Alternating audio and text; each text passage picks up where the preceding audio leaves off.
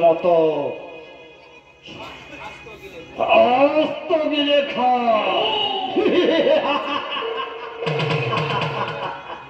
তাই তোর মতো বুকটাকে আমি গিরে ফলো ফলো করতে বসলাম।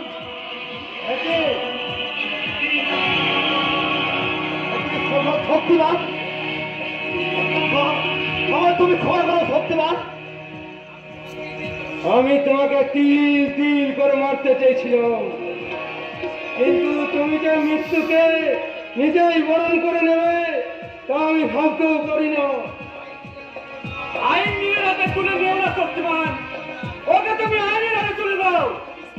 আইন? কিসের আইন কাঞ্চন, কিসের আইন? যে আইন একজন প্রতিক্রিয়ার স্ত্রীর সম্মান রক্ষা করতে ব্যর্থ হয়, যে আইনের সম্মান রাখতে গিয়ে ওই আদর্শবান পুলিশ অফিসার সত্যধর রায়কে মাথায় পুঁতে ঘুরে বেড়াতে হয়, সে আইনের উপর কোন ভরসাই ওর নেই। ওর যদি থাকত তাহলে অনেক আগে এই ক্রিমিনালটাকে কোমরে দড়ি পরিয়ে ওকে টানতে টানতে লোকাকে ভরে দিত। লোকাকে ভরে দিতে মানে সত্যি করে বলো, কে তুমি? দেখো দেখো আমি কে, চলো এই দেখো। স্যার আপনি?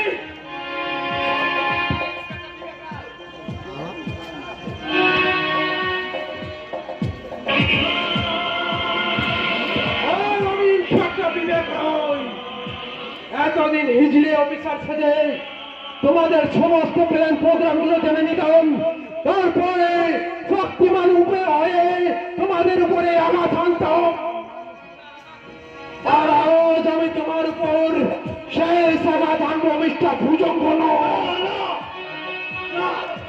আমাকে আমাকে তুমি ক্ষমা করো, আমাকে আমাকে তুমি ক্ষমা করে দাও শক্তিমান। ক্ষমা?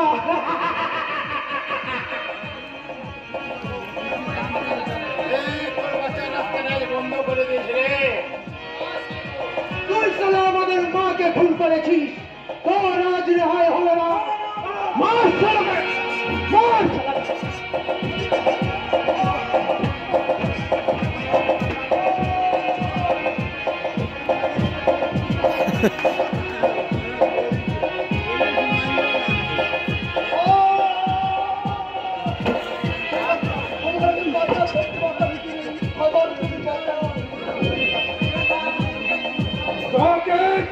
আমি গুলি করে মার পড়ে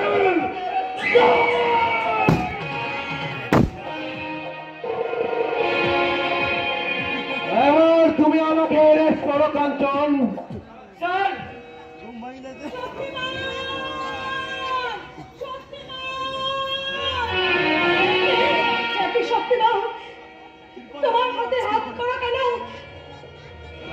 আমি যে আইন নিজের হাতে তুলে নিয়েছি ছিমলি, তাই তো আইনের সাজা নিতে, তাহলে আমি আইনের সাজা নিতেই যাচ্ছি। তাহলে আমার কি হবে শক্তিমান? আমি যে তোমার জন্য প্রতিজ্ঞা করে আছি, আমার সেই প্রহর গুণা কি কোনোদিন শেষ হবে না শক্তিমান? জানি না ছিমলি, জানি না। আইন যদি আমাকে কারাবাসের সাজা দেয় তাহলে হয়তো আমি তোমার কাছে ফিরব, আর যদি ফাঁসির সাজা দেই তাহলে তাহলে আমি তোমার মৃত্যু হয়ে আমি তোমার জন্য চিরকালে তোমার জন্য প্রতিজ্ঞা করে যাবো ছিমলি। বাবু মশাইরা, এ তোমাদের কেমন বিচার? আর যদি পাপের বিনাশকারীকে যদি সাজা পেতে হয় তাহলে এ তোমাদের কেমন বিচার?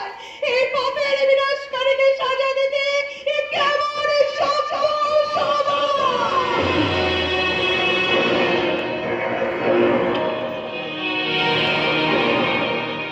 জনগণ